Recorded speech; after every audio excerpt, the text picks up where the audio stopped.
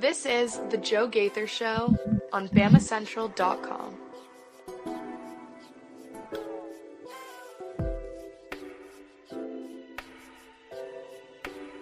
Good afternoon, Tuscaloosa, Internet World, West Alabama. How we doing today on this Wednesday? Rainy Wednesday on the Joe Gaither Show on Bama Central, BamaCentral.com. Hanging out with us in the Derek Daniels State Farm Studios. Your boy went out and got some headphone adapters. We connected a couple wires, connected a couple chains. Hopefully, the technical issues that have bothered us on Monday and Tuesday will be corrected today. Thank you to everybody who has joined us on the Facebook, Twitter, and YouTube machine at Joe Gaither6, who's joining us on the Bama Central YouTube channel at Bama Central, and who's joining us on Spotify, Apple Podcasts, and Amazon. You guys are my favorites. Sorry, we do play favorites on this show. And you are my favorite if you're doing the podcast center, Apple Music, Apple Podcasts, Amazon, Spotify.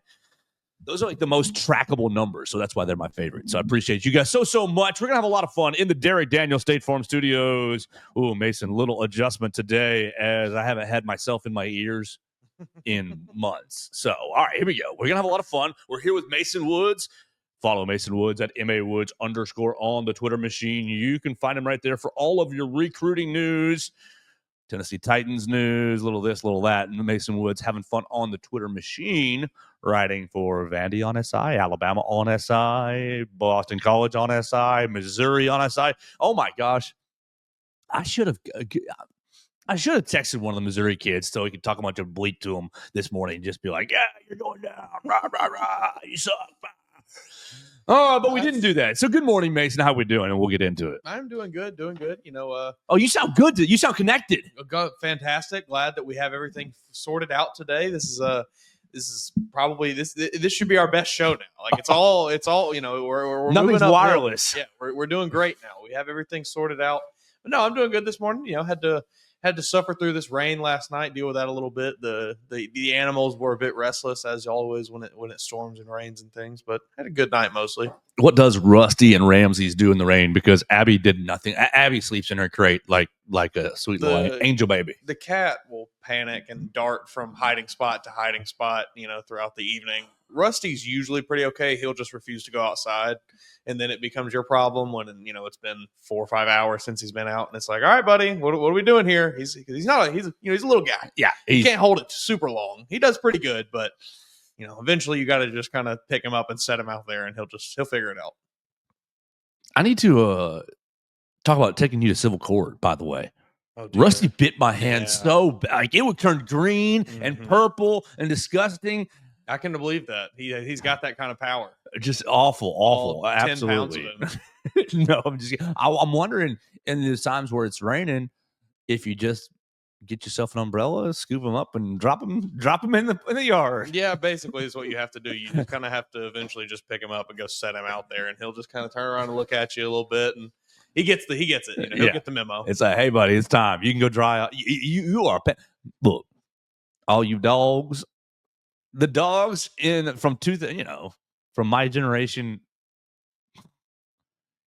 I think back to how my parents did the dogs. And I love my parents. But it was, I mean, we had an outside dog and he just roamed outside and he just knew to come back for the food. And, but now all our dogs are, we're this specialty food and this, he's sleeping on this specialty bed and this, that. We had an outside cat, and the way that I treat our cat now, night and day. Yeah, exactly. The way I treated my boy Phoenix when I was growing up. He was a good cat, though. He just did his thing. He came around when he knew it was time for some food, like you said. Every couple days, we'd find a dead rat or something sitting in the driveway that he had left for us. You know, he was a good little guy. Nice little trade there. All right, so what are we going to do today on the actual show from the sports realm? Let's get into that. You can call us at 205-462-7340, extension 800. I know a lot of you people did not really hear the call on Monday because of the technical issues is my guess. My next guess is internet, needs some internet beefage. We have fixed the technical issues. We're hardwired into all of our programs. So if you want to call, we invite you, 205-462-7340, extension 800. I would like to experiment on that guy again and to see if I need to keep upping the ante on some equipment, this, that, and the other. So please give us a chance to test ourselves. But what we're going to do is talk about Alabama, Missouri.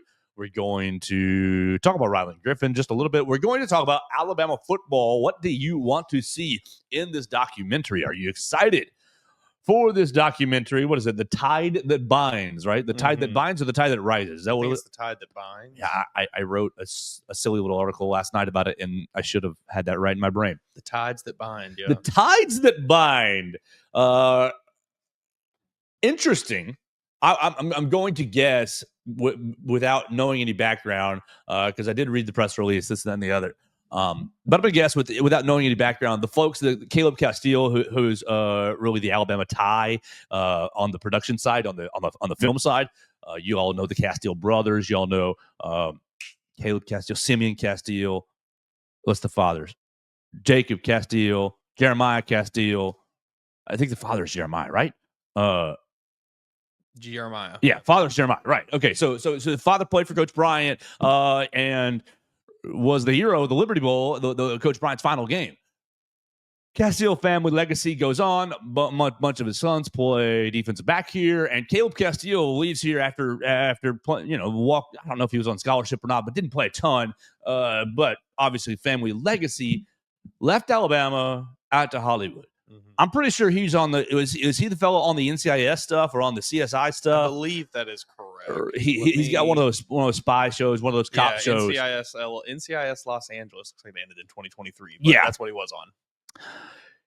Never got into those. No, my ex-wife. Those. Oh my gosh, my ex-wife would love a cop show. Would love True Detective. What was the one? True Detective. True Mystery. I was gonna say I like True Detective. That's another level. You know, you get into the HBO shows. That's like premium TV. But what is?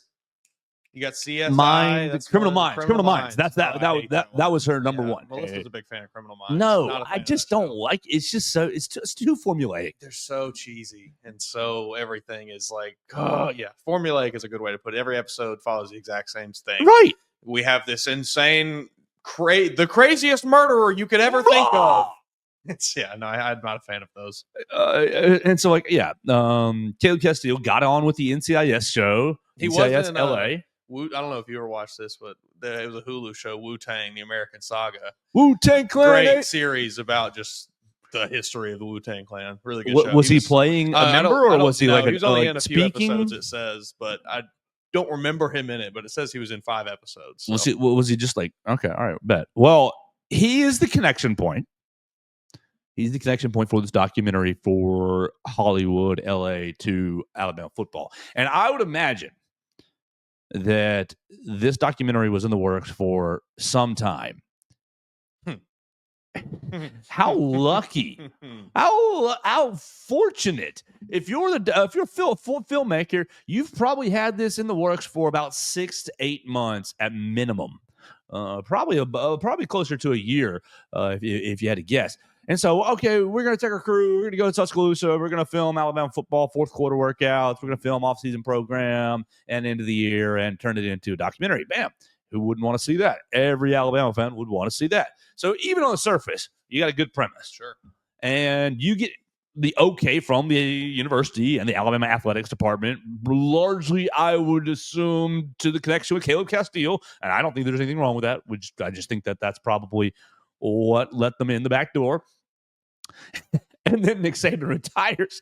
And it's like, oh, our documentary has completely changed. Our documentary, it's still the same, we're going to film fourth quarter, off-season workouts, the fall season, but it has completely changed what we're doing. Now, do we think that this timeline on this project stretches maybe even further? And Nick Saban, for the last 3, 4, 5 years of his tenure, said, "You're not coming in my doors. You're not coming to film my team. You're not doing it." And then he finally decided, you know what? You guys can do it this year. Because he knew in the back of his head, I'm not going to be there. This is going to be someone else's problem. Woo! Maybe so. Wasn't he... To say that the media had limited access to the Alabama football program is putting it lightly. Wasn't Alabama not? Didn't the SEC? Didn't SEC Network do some sort of like they did some behind the scenes stuff last year, but Alabama wasn't a part of it. No, I do remember this. They gave all of the teams the option to opt into it. Yeah, and Alabama did. But I think it was only like 4 or 5 teams that did. I don't think a lot of teams did opt into it, if I remember right. I think it was like Florida, Texas A&M, maybe a couple others that opted in. So I like your theory. Nick Saban says, "Oh yeah, you can come in," and he hits the back door and leaves. They've been not begging NIL him for years, coach. Not transfer portal. They've been begging him. He finally said, "Oh yeah, you know what? This is the year, you guys. We've got all this stuff lined up. We can do all that. Yeah, you guys can come in, film all you want. It's going to be great." Out the door. Then they hire Kalen. First thing, yeah, sorry, we got a Fox crew coming in. They're going to be filming you this year. I mean, the distractions that they dealt with this year. Because this is like, how I didn't even know this was happening until a month or 2 ago. Maybe I may have heard about it when it had been announced months back, but I don't really remember. So, I was not aware that the entire season, obviously they had all of the other distractions that we have talked about on this show countless times, but throw on top of it, you got a giant production crew following you around every day throughout the facility for the entirety of the season, probably with cameras all in your face. They're pulling you aside to do cutaway interviews. They're asking you all these personal questions that, let's be honest, most of these players probably don't even care to answer. That's for a first-year head coach. This was a tornado that he stepped into. What do you think he's like going home, Coach DeBoer? What do you think he's going, this last month, January, right? The off month. We're recruiting our tails off. We're going all over the country, but it's the off month. I guess the off month really is probably technically June for them. But you get January, you're home for the whole game, you're lost. You're finally sitting home on the couch with Mrs. DeBoer, and she's like giving the, "Oh, well, so what we think?" Yeah, how first year? What are we gonna do? I bet you it was just like a 30-second exhale, and it was just they both looked at each other and just understood we're out of the woods now. It's all uphill from here. Golly, you're gonna get Ryan's gonna come back. Ryan's coming back, and you can remember that quarterback that you wanted when you were at Washington. You got him too. Everything's golden. Maybe worry about that offensive line a little bit, but hey, we're looking good. Got you a big fancy recruiting class. That's the truth. That is the truth. Everybody freaking out. I really think he sat on his either on his couch at home in front of probably a very nice TV, maybe a fireplace sitting there too, or he went into probably a very cushy office chair in his home office, and he just let out a very, very long exhale, maybe poured himself a glass of scotch, and just calmed down for an evening, realized that, hey, we're out. The hardest part's over now. You think Kalen DeBoer is a beer man or scotch? I bet she's. I don't think he doesn't. He doesn't strike me as a drinker at all. No, honestly, probably he gives me no drinking vibe. No, he probably opened a Sprite. Ginger ale. Yeah, there we go. Maybe a tonic water. And that's not like anything bad about you, Coach, but you don't give me any vibes that we're gonna have a glass of wine or a beer together, which is fine. You got to have a nice glass of tepid water. Now the offensive coordinators, though, Ryan Grubb, Jamarcus Shepard, and Nick Sheridan. I bet they cut up together. Oh, I bet they. I would not be all that surprised to see on Twitter one night the three of them in like bad disguises out on the strip hitting the town together, Joey Freshwater style. No, I think those three fellas, I think they got a good sense of balance. They take a quarterly trip to Atlanta for a weekend. Ryan Grubb, he just seems like the kind of guy who's like. They all kind of just seem very laid back, just kind of go with the flow a little bit. But then, like when push comes to shove, they can get after it. Obviously, it's going to be interesting to see this documentary because I think that we got interaction with the coaching staff once a week, and I think the fan base was exposed to that, and thus, we're going to watch these videos and learn these coaches. I think this little documentary is going to show us, oh, these guys actually were coaching. Because I think the perception of the fan base was they're too soft. They're just letting the kids do whatever. Because ice cream trucks at practice. Yeah. Because when they would come to talk to us, they treated us like human beings. They weren't rah, rah, rah, yelling at us like, rah, rah, do your thing, do your job. And of course, Jamarcus Shepard was a little bit intense from time to time, but that's just who he was. He was never rude by any means. I think that people, the Alabama fan base, watch these videos over the year of Kalen DeBoer and the assistant coaches being cordial with the media, and they thought, what the heck? Nick Saban used to mother bleep these guys. Nick Saban used to get after them. He used to really what's wrong? Are these coaches soft? Are these coaches afraid of the media? Come on, that Joe Gaither, he's a softie. He's nothing to be afraid of. He need to get after him. They got to build a relationship with that media. They got to make sure that media. I just think they're different people. I mean, that's certainly, but I think also we might see them adjust a little bit this year, maybe get a little bit more candid in sometimes, just because I think that first year is still kind of feeling out like, Nick Saban obviously had his relationship with the media. I think he deep down in his iron heart actually loved the media, but he gave off this abrasive attitude. I was his favorite, by the way. But I think, the media is your friend if you are a college football coach. Like, they are the people that prop your team up. They're the people that talk about your team. They're the people that write about your team, whatever it is. So, like, if they don't like you, your team's going to get dog talk, crap talked or whatever every day in the news, every day on the radio, whatever it is. Like, having the media like you a little bit goes a long way.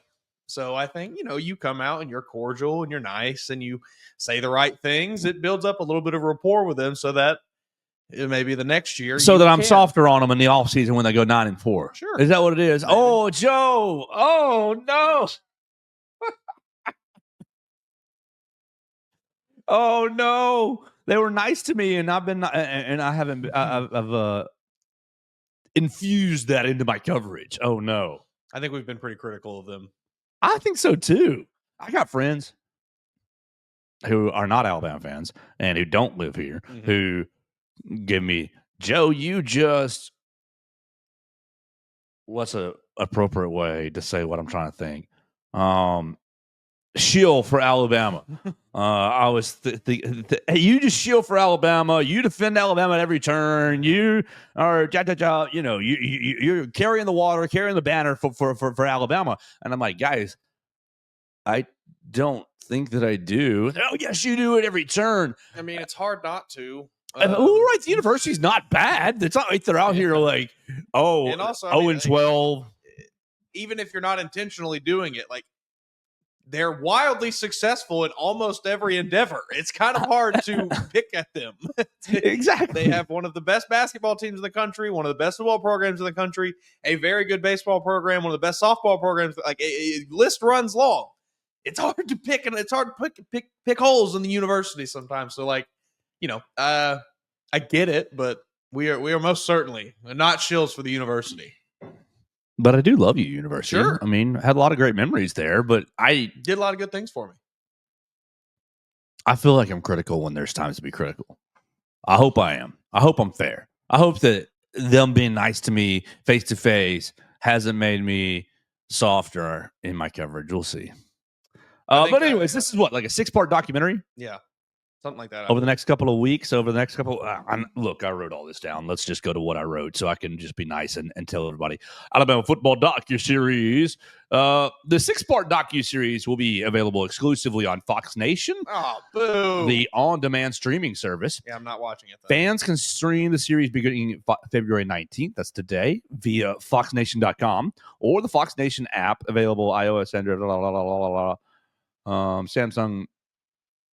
Oh, I need to delete the rest of this part because it came straight from the press release, and it's just all the places to find this Fox Nation app.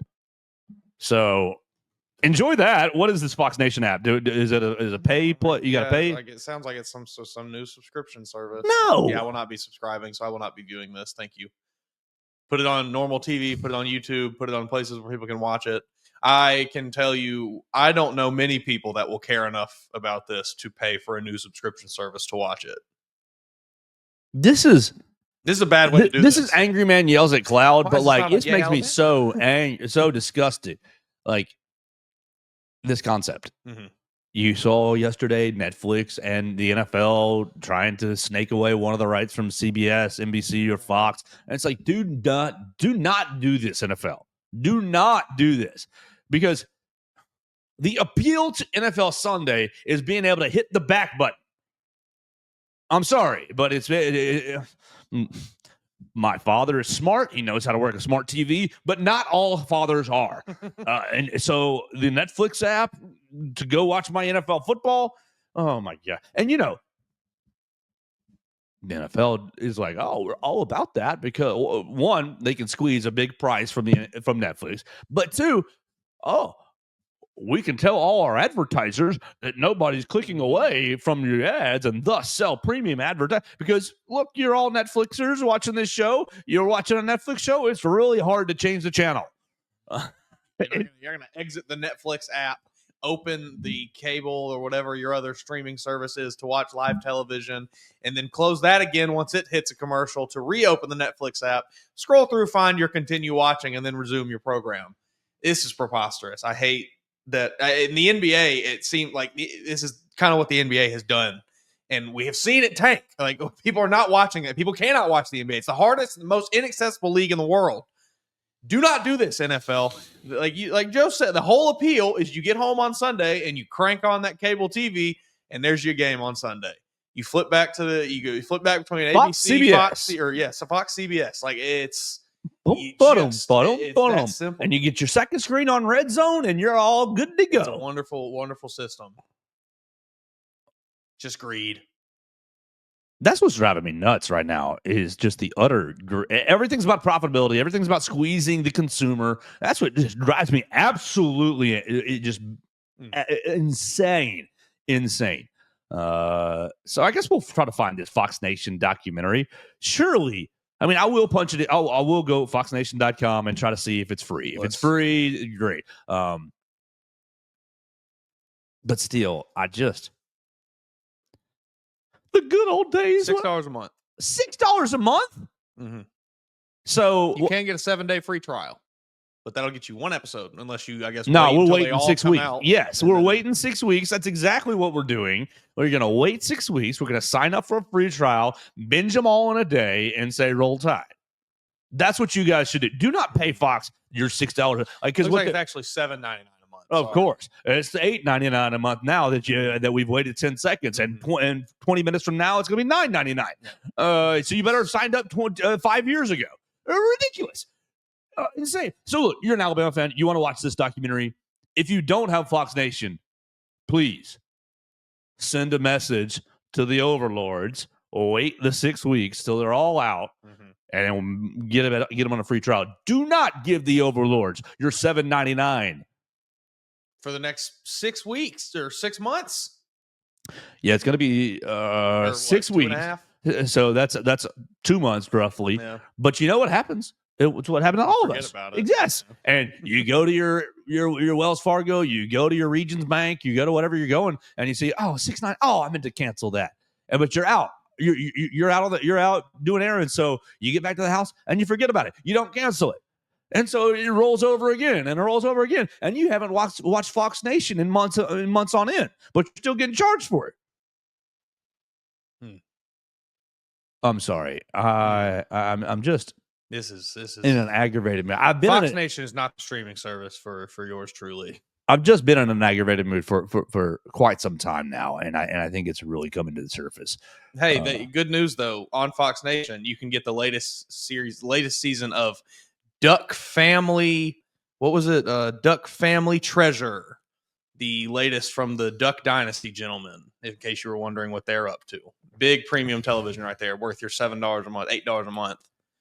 Don't you remember when we were kids and everything was on cable? You had your 150 channels. Like, you know what this is like, the streaming, like what it's done. First, we're a part of this. We are a part of this, but it's given everyone a platform. And we're taking our platform, our tiny platform right here, to complain about everyone else's platform. Sure. That's what we're doing. But like, we're the little guys playing in the field with giant, great white sharks, Fox, ABC, and Netflix, and everyone. Like, let the little guys have their damn thing. You had yours. You dominate cable for the last 75 years. You don't have to dominate the internet too. The internet was for everyone else. I hate it I wish I was 9 years old again. so bad. Lord Jesus, look, what was the reverse? Can you reverse big me? Tom Hanks, he puts the coin in and asks to be big, and he gets. Can you reverse big me? Can I rob that machine, and does it work the opposite way? Just make me 9 years. I will deal with my parents at that age. That's okay. I was a bad kid. I sent them into tizzies.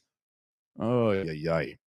All right, so this Alabama football documentary is coming out. Don't spend your $6.99 on it. Don't. Wait the 6 weeks till all the episodes are out. Binge it in 2 days, and that's the way you should. I mean, I don't think that these are. I don't have much. Because what are they going to show you? That's what. Yeah, that they're not going to show you a whole lot. It's going to be, really nothing more than what you've seen in limited spurts this whole season anyway.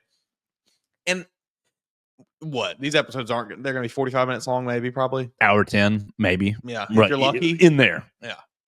This sounds like an Alabama version of Hard Knocks to me. Yes, and probably with a lot less or with a lot more positive sort of filter on it, I would imagine. Also, because Hard Knocks gives you a little bit of the unfiltered kind of, Yeah, that's what. There's gonna be the crimson colored glasses over the filter. 1000%. This will be more to prop up Alabama than it will be to give you just kind of unfettered access to the Crimson Tide. When I think about Hard Knocks now, I think about this past season. The Bears season was horrible, but the last 3 minutes of the Hard Knocks season, and when I'm back in Chicago, I feel it. Somebody waiting for you, and it just showing like the montage of Caleb Williams and all these, and I was like eating it up. I was deeply in my field at that point. So Hard Knocks is fun. Like, I'm the HBO family. Like, that's already in my. If we could get a legitimate Hard Knocks style NCAA, college football that is. What do you think the conversation? Greg Sankey or whoever it may be. I guess not Sankey. Whoever it is. Maybe we make Nick Saban select a program every year, and you have to be on college Hard Knocks. I just want to see what the conversations were like between Milroe, Sheridan, DeBoer, and Simpson. That's what, because what are they going to show you? They're going to show you. I think I've already seen a clip. Jamarcus Shepard installing the offense. He's up at the podium. Rah, rah, rah, we're gonna. Yeah. When the next receiver is this, you got to be 4 steps off that, and it's going to be this is your landing point. That's your landmark. I heard one clip that was, I think, from Jamarcus Shepard as well, talking about Ryan Williams. And in one practice, he ran over 8,000 yards and top 21 miles an hour. So it's all propaganda, which is great. It's fun. I bet you get a whole Ryan Williams episode. But I want to hear the conversation between DeBoer and I want to hear Greg Byrne coming down after that Vanderbilt loss. Oh, my God. That's what I want to hear. Greg Byrne was on the sideline that night and just going in with the rest of people. Yeah, that's the good stuff. Yeah. I want to hear. Are you going to show me the conversation between Coach DeBoer and Malachi Moore after the Vanderbilt game? Yeah. Is that what you're going to show me? Because, okay, that's worth my $6. Is it just going to be rah, rah, rah, roll tide? Show me that locker room after the Oklahoma game. That's what I want to see. Show me that locker room at halftime. Actually, that's what I want to see. I want to see the alleged finger pointing. Alleged. Look, give me the real, because there's a lot of juice this year that could be worth it.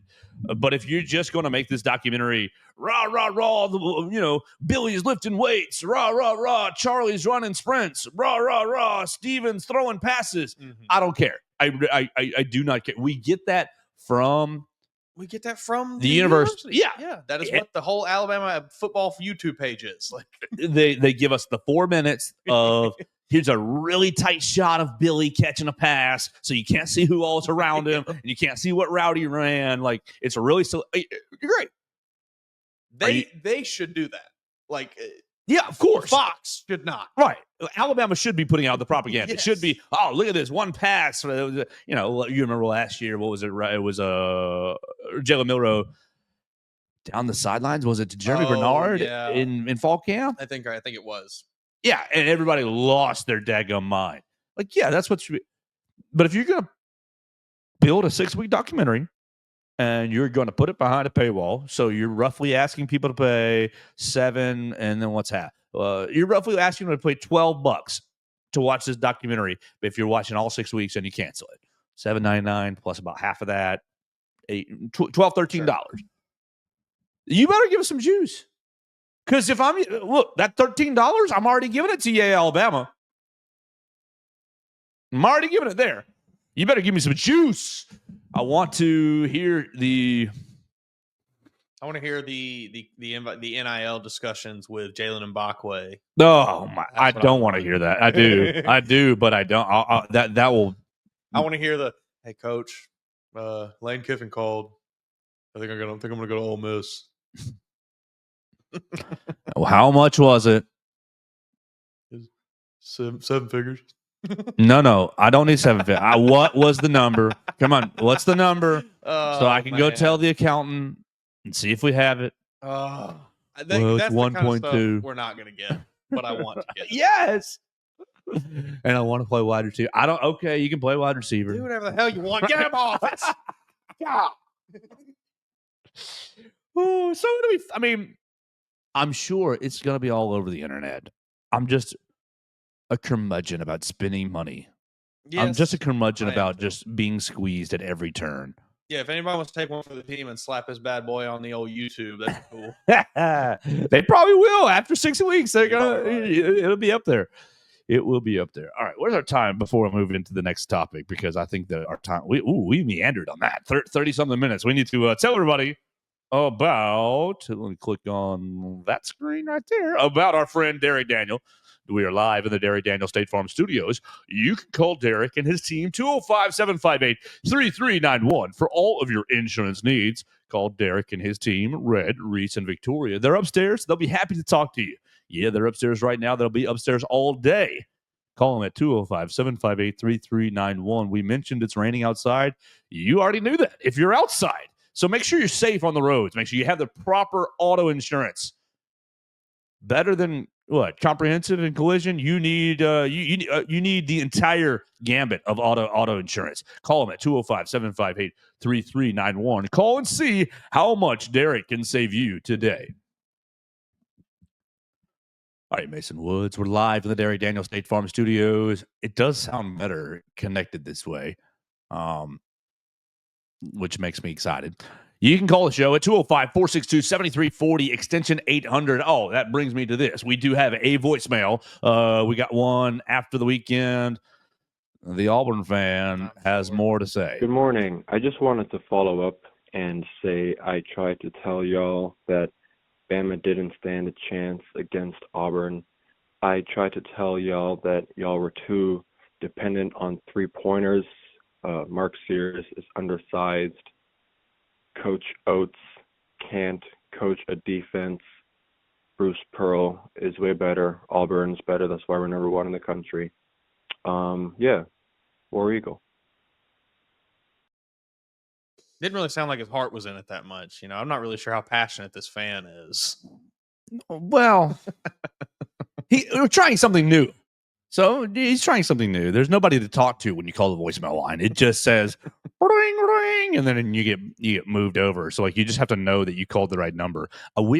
That's the next step for us, Mason. We got to set up. This is the Joe Gaither Show voicemail line. Too reliant on the threes. Auburn took more threes in that game. I think that's worth pointing out. Alabama didn't even take their normal amount of 26. Threes. Yeah, 26. It was low. I'll need 40. Yeah. They shot remarkably less than they usually do from beyond the arc. They did not shoot well. No, it's because the Auburn's defense. Yeah, Auburn's defense forced Alabama into bad shots. Yeah, into bad shots. But where I was going was late in the shot clock. Yeah. Like, what were the possessions? But I don't know. How many possessions did they have? I'm pulling it right here. But to me, I'm sitting in the stands going, get the offense going, please. Well, to our callers' credit, it was a lot of Mark Sears getting stuffed when he tried to drive. He couldn't do anything. He couldn't get inside to then kick it out to someone, to then move the offense around, get someone. It was like it just got trapped at the top of the key with Mark. That's the difference with perception and reality, Mason. Alabama had 79 possessions. That's all. That's about 10 more than I had thought. Yeah. I would not have thought it was that high. You took 30 layups. You took 26 of the threes. Where are the rest of the shots? That's 56. That's 56 field goals. Where are the rest of the shots? 70. How many times they got to the line? A decent amount. Yeah, you're Didn't taking capitalize the line. 27 of 70. 27 of 70. I guess they're really grading the layup hard as being really close to the basket on this stat sheet, which is great. There was far too much, and I think I mentioned this yesterday. Not enough. Let me actually finish at the rim, but instead I'm going to pull up, 5 feet away from the rim. Afraid of Janai. Yes, far too much of that. Just go to the rim with force and go aggressively, and you're either going to make it or you'll get fouled. Like 9 times out of 10. Sure, we'll take that 10% where you just miss the layup and you lose your rebound, whatever. You got to run back down. More often than not, you are going to get fouled or you're making that layup. So just go to the rim. Do not stop short of the rim. LeBaron, you do it way too much. And I was cool with it when you were making all the floaters early in the year. But you got stuffed on like 3 of them against Auburn. I cannot think of what basketball video this is, but I can vividly remember there's a basketball video from our youth where the guy's talking about taking a layup, and he's talking about go right through a mother bleeper's face. Go right through the mother bleeper's face and finish. Go right through the he just over and over, and he's not saying bleeper. That's the attitude you got to have. Go take it to the rim. Janai Broom's a big dude. It's cool. You're going to be fine. Elbow right to the chin. Right to the chin. Like, just have some the aggression was not there. It was way too much settling on offense. Yeah, and credit Auburn's defense for that. Yes. But okay, so this can spin us into forward for tonight's game with Missouri. You're playing at 8:00, and what we want to get into is really from yesterday's press conference with Coach Oates. You get great questions from Tony Sakalis and Nick Kelly. Tony, well done. Tide Illustrated. Nick Kelly, well done. AL.com. 2 really strong questions that got really, really strong answers. Tony asks about playing different guards. Tony asks about playing Mark and Aiden together, or Aiden and LeBaron together, or just any combinations of various twos. LeBaron and Aiden, LeBaron and Mark, LeBaron and Chris and any you got a lot of combinations there between the 4 guys. Yeah. And I think that's what we're about to see. I think you're about to see. I don't think they're going to completely take the ball out of Mark's hands. No. But I think that the primary ball handler on this team is about to probably change. I don't know that you bring Aiden into the starting lineup. You're definitely not taking Mark off the floor out of the starting lineup. But you're talking about slow starts, and you're talking about slow start to the half. I think you just have to look at the skill sets. I mean, you saw most recent mock draft yesterday, day before. LeBaron at 35, Darian Reed at 42. You got 2 guys, which Darian, we need to talk about it here in a second. You got 2 guys who are NBA players. Mm-hmm. They're NBA athletes. Let's just say that, because that's what the NBA is looking at freshmen. Are you athletic enough to play in this league? We don't care about your shot right now. We'll refine that shot. Are you athletic enough? Are you long enough? Are you gonna bounce? You have the intangibles, basically. Right. And LeBaron does. Yeah. Darian Reed does as well. I think this conversation that Mason just had with himself and with me is being had with LeBaron. Brother, you're the NBA guard on this team. Maybe Aiden is as well, but I'm not so sure. LeBaron, you're the NBA guard on this team. You're going to have to take it through a mother bleeper's face and get to the rim and finish. And Mark is going to be out there standing about 40 feet away for for that big dagger 3. yes. I just think maybe look, Joe, the next basketball play that I call will be my first. I played basketball manager in high school as the 13th man, so I was in those coaching meetings. But I got like one word, so I won't front. I won't pretend. I was a baseball manager because I had hurt my shoulder playing Nice. football, and I was supposed to be like the bookkeeper. And I remember I would just make some freshman kid that sat That's on the bench the do it. worst It was job awful. in all of I sports. hated it so much. So I did it the first game of the year, and I said, "Oh, you that sits on the bench, come here, buddy." And he knew how to do it, and he did it the rest of the year. And I just sat there and talked bad to my friends who were out there playing baseball. That's the worst. It was awful. I did it unbearable. 7th grade. I was a terrible baseball player, so I did it for our games. I recently, this past summer, I went to Cubs game up in Wrigley. Best friend lives up there, Taylor. Love you, buddy. But Taylor, you're a freaking psycho. Does he track it? Dude, That's insane. Dude, he's a Cubs fan. Great. Love you for that. And that's his passion. But when he says, I do this every game, and I'm not going to step on your game traditions, buddy. Great. He goes in, and they've just got like stacks of them in like a little tray with little like paper, little like disposable pencils. That's a neat stadium amenity, I guess. Right. And so he goes, gets his game card, gets paper pencil, and by the end of the game, it's all filled out. And I'm just like, yeah, that is he said, oh, it just helps me keep up with the game. I'm like, you More do power you, to buddy. you. You know, Roger Myers does it for the Alabama games. I mean, I wonder how far back his books go. Oh, I don't know. I think you'd be hard pressed to find an Alabama baseball super fan more so than him. Yeah, none, zero. But godly, God, yeah, keeping a book, keeping a baseball book is it's awful. I hate it. Is the lowest. Like it is. I hated it. I was so bad at it too. I would make so many errors.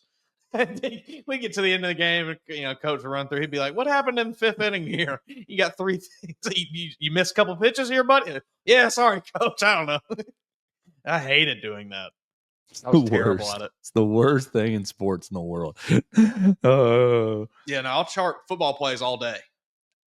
I hated doing it for baseball. Now, I was told in 7th grade by the manager that bookkeeping, B-O-O-K. He says that bookkeeping is the only word in the English language that had O-O-K-K-E-E. Is it P-P-I-N-G? Or 1P. I think he said it had 3 double letters in a row. O-O-K-K. Yeah, okay, yeah. A-E-E. Yeah. Fun fact. Book, B-O-O-K-K-E-E. I do have another fun fact that actually is about this basketball game. Yeah, please. This is from our friend Blake Byler, who we've mentioned on the show before. Blake Byler on 3 Sports. This is not the first time that Alabama will be facing off against Caleb Grill. Missouri sharpshooter Caleb Grill, leading 3-point shooter in the SEC, 48. I think I read 48.6%. Did he play Grand Canyon? Is that where we're going? He played at UNLV. The Running Rebs. Alabama. He scored 27 points against Alabama as a sophomore at UNLV in the 2020 Maui Invitational. What? This is his 6th season of college basketball. In that game, he was 10 for 17 from the field. No free throws. We complain about the portal a lot and NIL some more about the portal. But you mother bleepers need to get out and go get a job. Go get a you can go dominate at the Y. It's fine.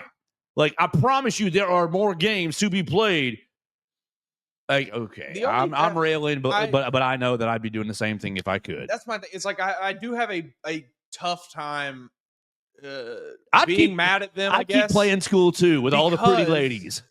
That I guess, but also like there's a decent chance that this Caleb Grill fella is making more in NIL than he would be making at some entry level whatever job he would be going into. 50, 80, 100 K. So like I can't fault it. It's more the system's fault, for allowing them to do these kinds of things. But like if that money was not an option, just, pretend the NIL does not exist here. That's not really a factor. And he is just really trying to hold on to this. I want to play college basketball as long as I can. It's just like, after year 2, basically, you're probably not going to go to the NBA, or you have a decent chance at going to the NBA. Probably after year 1, like you know whether or not you're going to go. You've been in college for 6 years. You have known for a long time that you are not one for the NBA. Let's just hang it up, buddy. Let's take them shoes off. Let's put the slides on. Let's get on the bus and go home. And let's get us a nice cushy job. But again, the NIL, so I guess I can't. I get it because I would do the same thing. I would too. Free school, not a real job. Yeah, because that's another thing. You get no way food. He's taking one class probably, right? And it's probably like history of art. His food's all taken care of. This that like he'd get a nice paycheck. It's cushy. He's probably got him a fancy little rental car. He looks old in this composite photo. He looks old in this picture from UNL from when he was at UNLV. UNLV, Iowa State for 3 years. Oh, okay, he goes Iowa State 19 and 20, goes to UNLV 2021, then goes back to Iowa State 21 through 23, and is now at Missouri. This is preposterous. Ridiculous. Nuts. Okay, so you got a bunch of Alabama transfers. did win that game, by the way, the last time they played, 86-74. You got a bunch of transfers for Missouri. Missouri didn't win a single conference game last year, and that was honestly a crime because Missouri, I thought, was a pretty decent team last year, just got a bunch of bad luck. And I have a lot of I view Dennis Gates very favorably. We'll say that. I view him as a very, very, very good coach, a really good recruiter, and I'm glad that Missouri didn't just lose their brains last offseason after a bad year. And it will. I mean, that's a horrific year, but not a bad year. Horrific. Sure. But it brings in a lot of transfers, hits the recruiting show hard, and has them right back at 19-6, 11th best offensive rating in the country according to Mr. Kenny Pomeroy, 44th best defensive rating according to Lord Kenneth Pomeroy. Let's see. We continue. Lord Kenneth Pomeroy has the adjusted tempo at 162, 67 possessions per game. And that's about the only really important numbers from Lord Kenneth Pomeroy. Alabama at 3 offensive rating, offensive efficiency, 39 defensive efficiency. So just a little better defensive efficiency and a little significantly better offensive efficiency. 3 points, honestly, per 100 possessions. I think that Alabama bounces back much in the way that they did against Kentucky. What's your initial kind of feel with this? Yes. My right off the bat was a little concerned.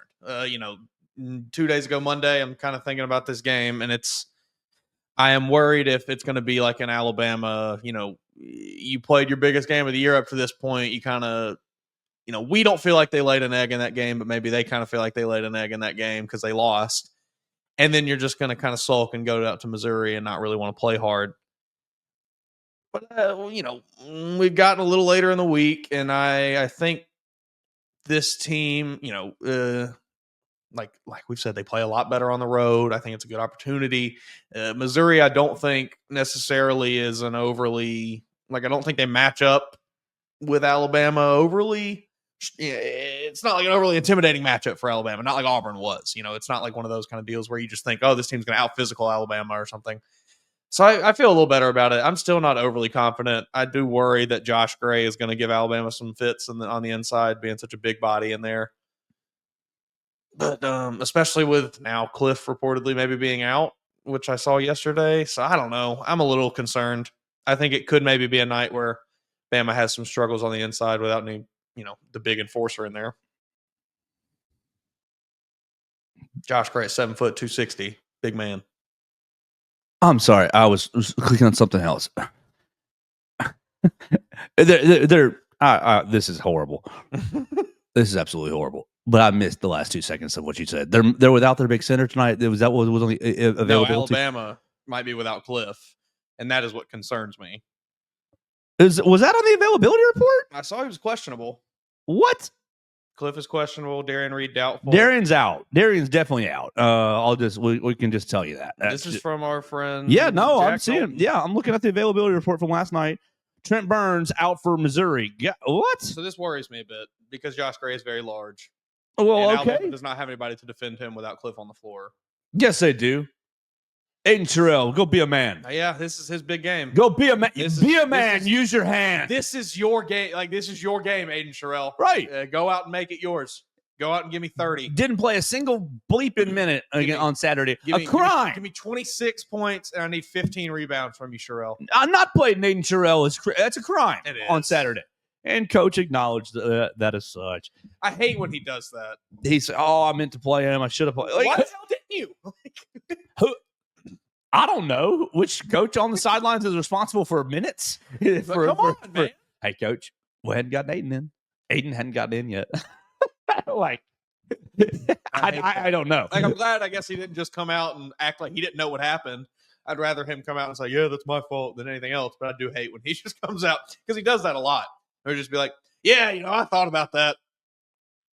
Okay, well, why didn't you do it? Like, Had nothing. His quote yesterday. It had nothing to do with the way that Aiden's been playing, because I think he's been playing much better basketball. I did feel bad. We tried to win the game, and I thought we went with the guys who were working. I would anticipate Aiden getting minutes in the first half here against Missouri and seeing where it goes from there. I felt bad. I love the kid. I actually praised him a lot in a video this morning, because for a kid to not play in a game for the first time all year, and forward Mohamed Diabate had multiple games where he didn't play last year, and I thought his attitude stayed great. Is well known. Everybody here would agree we don't make the Final Four without Mo Diabate. Did in the Final Four.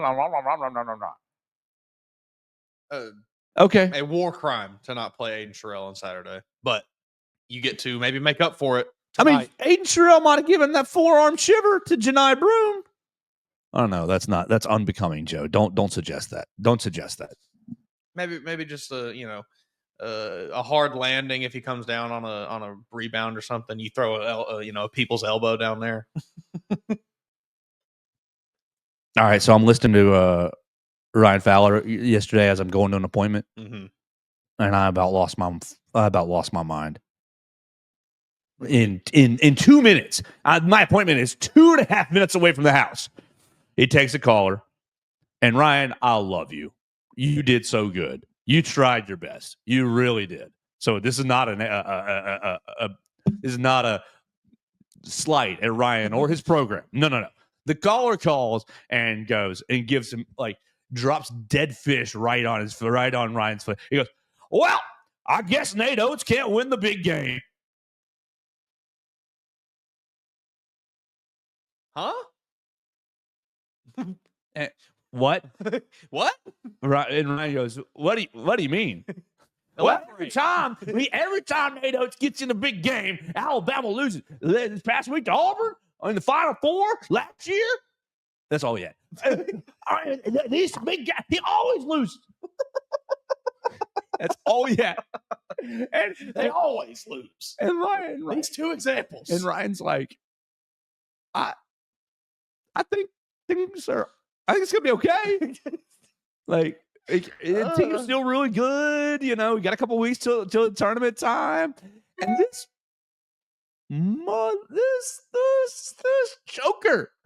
joker goes, "I don't care what we do as long as we beat the Cal College." And so Ryan, well done, appropriately goes, "You're telling me that Saturday's loss is going to bother you if this team goes on to win to get to a Final Four?" Yes, it's going to bother me. He said, "I'd rather beat the Cal College than go to the Final Four." And he goes, "What? You're alone in that opinion. What?" He goes, "Now, if you're going to trade me a national championship, then we'll talk." And I thought, so I'm texting Ryan. I said, Nate's won 2 SEC championship games, title games in Nashville.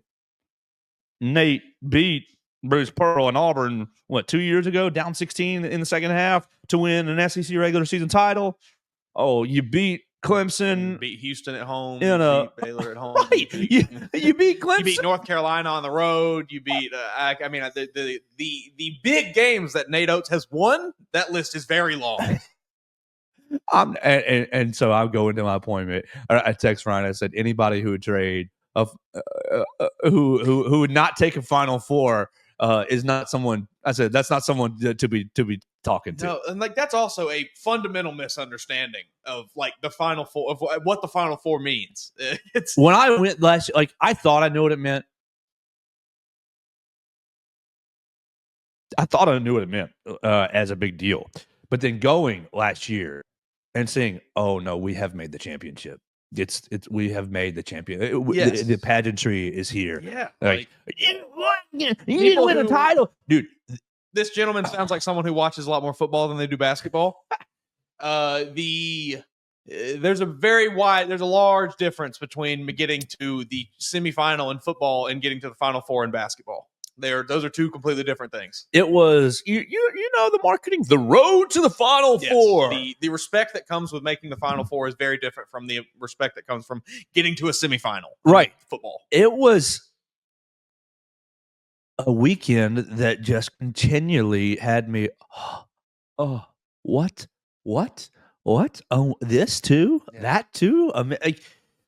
So yeah, no, we're not trading any final. We're not trading for a single regular season win over the. I mean, yes, it's a big deal, and yes, it stinks and it hurts.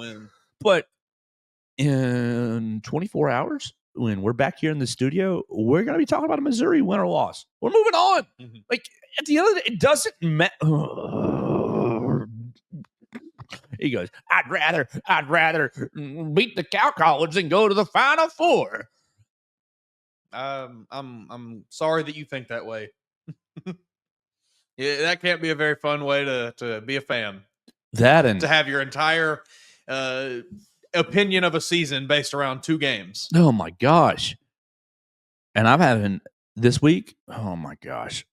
My friends intentionally, they do this just intentionally. I know it. They intentionally do not understand the NATO system in our chat.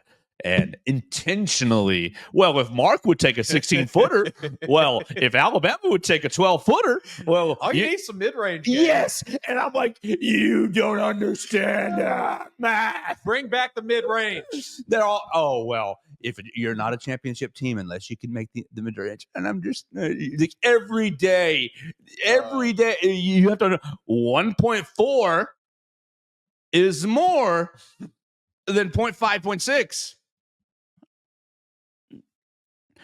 Well, you've got to be able to and they're all, well, you went into the rim and lost. Janai Broom shut you down. See, Joe, you shot bad from the rim and from the 3-point shot. I'm like, so the answer is to take less efficient shots.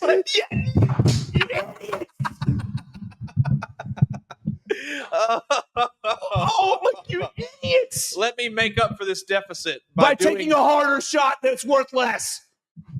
Oh, man. No one is. I mean, Nate Oates could be here for the next 25 years, and people are still not going to get the Nate Oates system. He could be the longest tenured coach in college basketball history. Go for the next 60 years here in Tuscaloosa. I don't even know what the record is, but I imagine it's got to be that long. And people would still shoot too many threes. You live and die by the three. And the argument that I get is, well, NBA teams, NBA players are. I'm like, brother, you do not. The fundamental misunderstanding here is we're playing college basketball with college players. Look at this Alabama team, the most talented Alabama roster ever. How many NBA players are on this roster? LeBaron Philon, Darian Reed, Chris Youngblood, probably. Yeah. Like, you've got some NBA players, but none of them are going to be NBA All-Stars. No. Sorry. I mean, maybe I get proven wrong. Please prove me wrong, and I will own that and eat all the crow. I will. But there is no one on this team that plays the Shai Gilgeous-Alexander, right? Isn't that how you say his name? There's no Luka Doncic on this team. There is nobody. There's no Kyrie Irving that can drain 17-footers in his sleep. I'm sorry. I love you. Like the best player they've ever had. Brandon Miller. Brandon was greenlit. Like how many greenlit? How many mid-range guys have you greenlit? Nate Oates has greenlit. He greenlit Aaron Estrada last year. Aiden Holloway is greenlit this year. Brandon Miller the year before. Like, it's one. It's like maybe two. Like, JQ got a little bit. He got a yellow light. Honestly, Man. The quality, and that's what they don't understand is that I think all these players in college, oh, it's the same game. It is not the same. Like the skill disparity. Like, of course, the guys in the NBA are taking the 12 footers because they're knocking that down in their sleep. Yes. It is an efficient shot for them. It becomes an efficient shot because of their skill. Yes. The skill on this team is very high, and love you guys. Keep going. They would get waxed by a G League team. Yes, and if you told them all you got to if you X'd out the paint and you X'd out the 3-point line, oh my gosh, you're shooting what 33%, 25%. You're shooting 40 points a game, right? And obviously it doesn't work that way. We're being extreme for a reason, but it is an inefficient shot unless you are an elite player. Like, I just don't understand the failure. Like, it is. I mean, I'm 35. This has changed in basketball in what, 5 years ish, 8 something. So in my lifetime, it's 30 years of watching pound the paint, get that high ball screen right there at the top of the key, high ball screen at the free throw line. I guess the Warriors kind of unlocked all of this. Yes, they did. Absolutely. But like, you are deprogramming a lifetime of I pound the paint, get the ball into the big man. You are deprogramming a lifetime of, well, they just take that elbow jumper. That elbow jumper's there all day. So like, I had a friend. Oh, you just need to give up, Joe. They're not, you just need to give up and make them, and you just need to either concede that the mid-range shot is important or what. And I think I might have just broke this microphone arm, honestly, because I got so. But he goes, no, I'm not giving up. It is simple math. It's simple math. But what we're doing is deprogramming a lifetime. Yes. Coach Sanderson. I love you, Whip. I love you too, but I love you so much. You like working with you was one of the joys of my life. Promise you that. But it's just too many threes. Playing too fast. You're playing too fast. You got playing reckless. Yeah. I mean, you said it. Like, me and you both, we have seen this this shift happen in basketball. Obviously, like, it's not, our whole life has not been run and gun, let's shoot 43s a game and go on like that. We've kind of seen this evolve, but there is, like, I imagine that caller on Ryan Fowler's show, a large portion of fans who have even more decades of seeing, well, you just got to pound the rock inside. You just need you a good, strong big man. Need to box out and rebound. We don't have a 7 passes, bounce passes, and mid-range game. Fundamental basketball. Take 2 steps back, you joker. Fundamental basketball has changed. Like, what was fundamental basketball in 1985 is no longer fundamental basketball in 2025. Take 2 steps back, you joker. It is about spacing. It is about speed. Thank you. My friend said, oh my God. My friend goes, well, if you just hit that 18-footer, you could draw out the guy in the paint, and then you can get to the paint. I said, that is not how spacing works. That is, like, if I'm standing at the elbow, I am not drawing anyone out. I'm not drawing a soul out. If I'm standing on the baseline at 16 feet, at 15 feet, there is no one drawing out. You draw people out by standing behind the arc. That 40-foot Mark Sears 3-point shot, that's what what opens the way to, well, if you just, you hit the mid-range shot, you start to draw them out of the paint. I said, you do not understand how spacing works at all. And these fundamental things send me into just an absolute tizzy that makes me come off like an arrogant jerk. I'm sorry. And if that's how I am right now, I'll own it. But this is simple stuff. And you're either messing with me for the sake of you want to watch me get worked up, and that's fine. I can understand that because you will work me up talking about mid-range basketball. It is the stupidest way to play. It makes me recoil in like every cell in my body recoils when I see the 18-footer. But people are, it is the telltale sign of I don't know what I'm talking about. I have no idea. I have formed an opinion before we started having this conversation. Sure. and it's I've watched however many basketball games I've watched in my life, and that's what I like. Actually, think about the game for a second. Mm-hmm. Of course, we've watched 30 years of programmed into the big man, Patrick Ewing, Hakeem Olajuwon. I mean, they were great players, amazing. But allow yourself to think about the game critically for a second. I don't see no Patrick Ewing walking through this door. And if you were, we'd be playing Janai Broom would be in the post for Alabama, something like that. Like that's what it is. You would get the Janai Broom. How many times did Janai get the ball deep in the post? One dribble. I can't back Mo D down. Two dribbles, back him down. Can't quite get him to move. Okay, let me just hit this one-legged Dirk Nowitzki fadeaway from 4 feet away and make it because I'm just that skilled. Like there are one Janai Broom out there in this country. One. That is not every player. That is a rarity. Is Cliff making that 1-footer? Absolutely not. So you just want him to do that? Wow, if Cliff would just back. That is not Cliff's back. It's like these people just don't think about it's. I get people that come out, Joe, we watch sports too. Why do you think that you know more than we do? Because I am doing this every day, all day, from the second that I wake up to the second that I go to sleep. And when I hear a different opinion 7 years ago, and when I hear Nate Oates explaining the math in the press room for the first time, I thought, wow, that makes a lot of sense. That is very, very I'm smart. I'm not like super smart, but I passed high school algebra. Yeah. And I understand what you're trying to say. Like, this is basic high school algebra. Yeah, we're not asking you to do a quadratic formula to figure out the proper angle from which you need to launch your 3-pointers to find the most efficient way to. It is just this number is bigger than this number. Why would we not go with the bigger number? Study the game a little bit and just realize that it's changed. And I mean, just watch the NBA. Like, what I know you.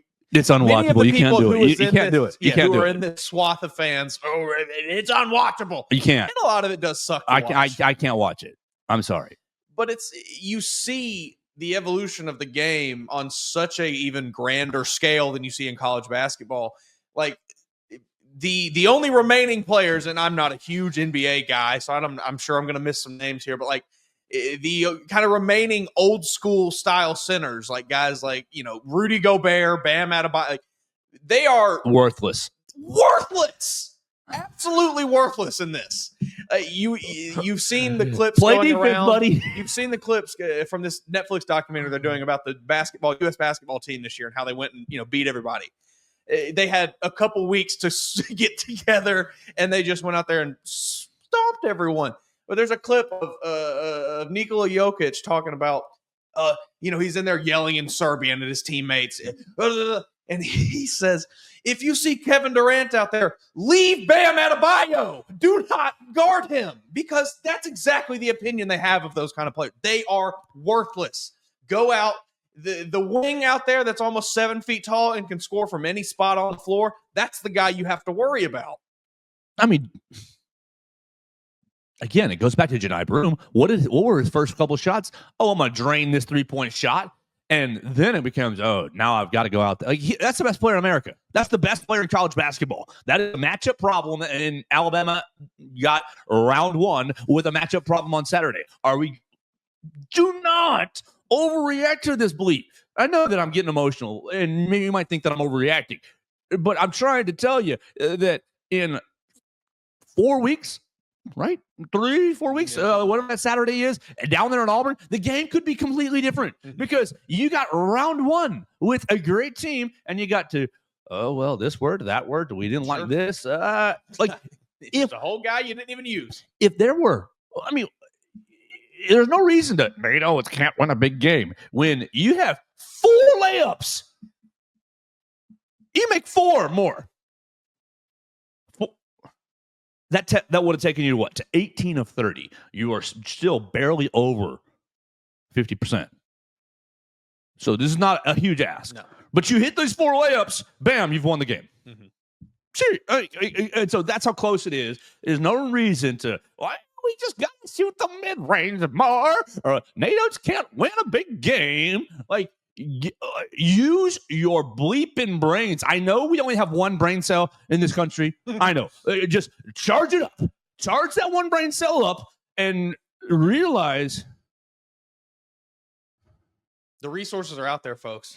That's just what's do so a little bit. Nuts just find, do a little. Watch a YouTube video. I guarantee someone will, a nice man will break it down very calmly for you on the internet. I'm not that nice man.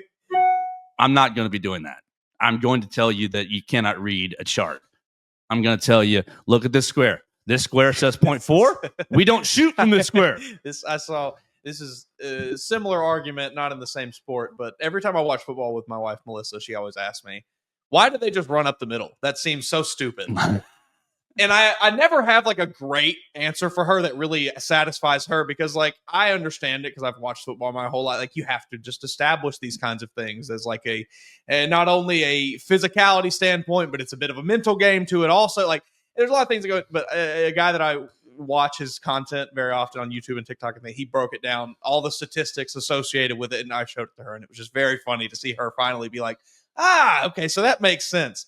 Like, those kinds of things are out there for these people. With every sport you want, just go seek out this information. There are people talking about it. You can learn these games even if you are not there every day at the facility. Like, just take the time to do it. Don't form your own stupid opinion based off of what you've seen, because you don't know what you're talking about off of rip. The guys that have studied this game, they know what they're talking about. So listen to them and let them tell you how to watch the game, and then you can form your opinions. Yeah, I have a friend who will form an opinion, and that's just what it is. It's like that is such a bad way to do things. I saw it one time. That's my opinion. That's just what it is. It's like, I'm just like, all right, we've gone way too long. We need to give these people a score. I have one more little small thing. Mm-hmm. Will you punch in Rylan Griffin's stats and give me kind of Rylan Griffin game log? Has he been playing a lot for Kansas? I don't know, but I know that Kansas is really, really struggling, losing last night. He is averaging 6.6 points a game, 2.2 rebounds, and 1.2 assists. So we are playing.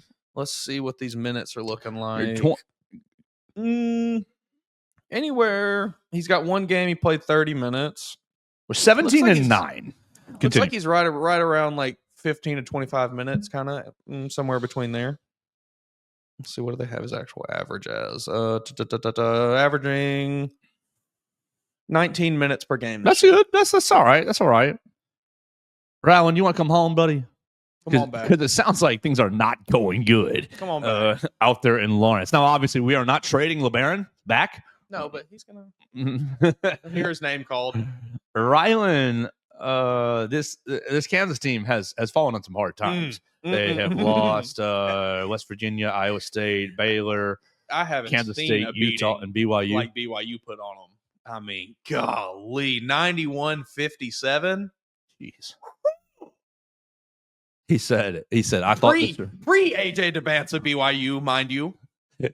Bill Self said, I thought this trip would be good for bonding. It hasn't been. I think we need to get away from each other. I heard that. I'm like, what's going on? I think we need to get away from each other for a day. Folks on this team do not like each other very much right now. And I think maybe some of these coaching staff and this team do not like each other very much right now. I don't know anything about that, but maybe so. What I will say is, Rylan, I'm praying for you, buddy. I hope you're enjoying your time there. I hope you found what you needed. Yeah, definitely. Obviously, a major detraction and major detractors from the Kansas side. Bill Self needs to stop taking transfers. Bill Self struggles at identifying fits and pieces and how they fit together in the portal, and hasn't been able to use the portal to make a team. And we're Kansas basketball. We can recruit, develop, and commit. We don't have to worry about the portal. And they're right. Like, the Kansas name sells itself. You're Kansas. Don't be doing this portal nonsense. Yeah, if you wanna throw your name back in there, there'll be a spot for you next year, Rylan. I would welcome him back with open arms. Absolutely. I mean, he was better last season for Alabama than he has been this year for Kansas. He was averaging right under 12 last year for Alabama. Blame it on the system.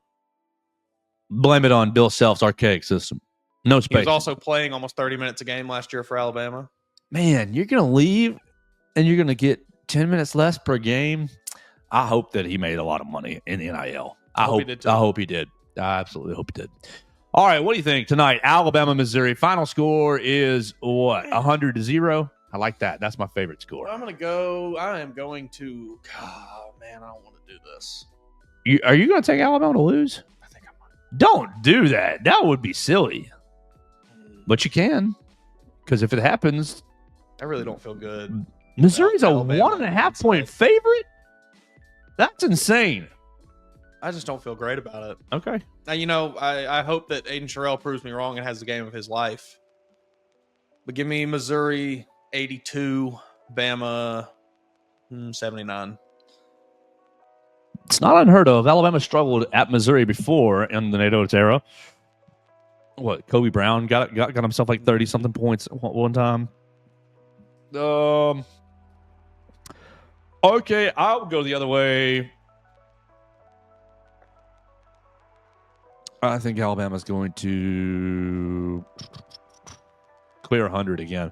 We'll go 101. We'll go 101. We'll go 101, 82. 101, 82. That would be fantastic. Yeah, that's what I'm feeling. I think there's going to be a pretty comfortable victory for the writers and the fans this evening. I hope that I am incorrect. If you're not incorrect, though, you get to celebrate tomorrow. You get to gloat on everybody.